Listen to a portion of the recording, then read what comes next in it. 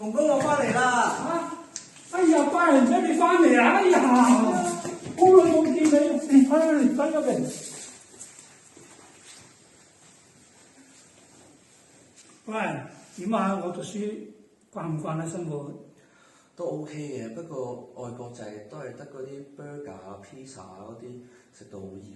唉，唔使講啦，啲反鬼佬啲真款，梗係唔好食啦，點及中國嘢咁好啊？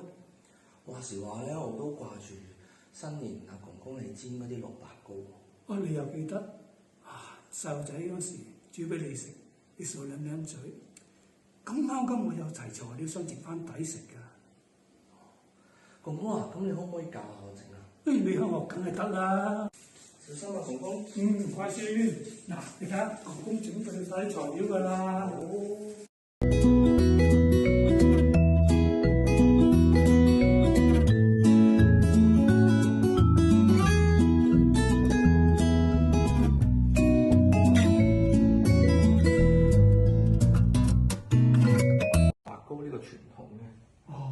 咁嘅，其實蘿蔔呢樣嘢咧，冬天係最甜嘅。咁中國人好聰明喎，就大家過年就整蘿蔔糕食。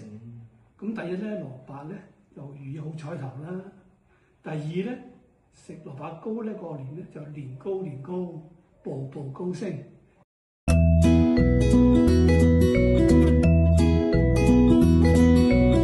班人仔搞得幾好喎，好勻準啊，可以入盒㗎啦。好啊。然後咁樣一片一片切就得㗎啦。好。似樣啊！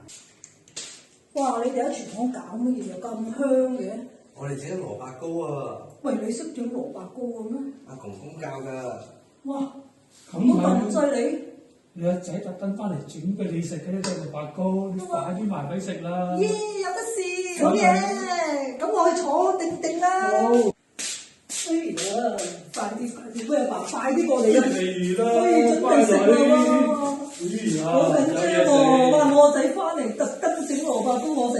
定唔會差嘅。係咩？嚟啦！哇！睇下先。得唔得？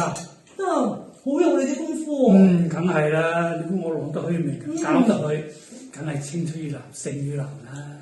哇！你啊，可以第日將呢份愛承傳去俾你啲子子孫孫。哇！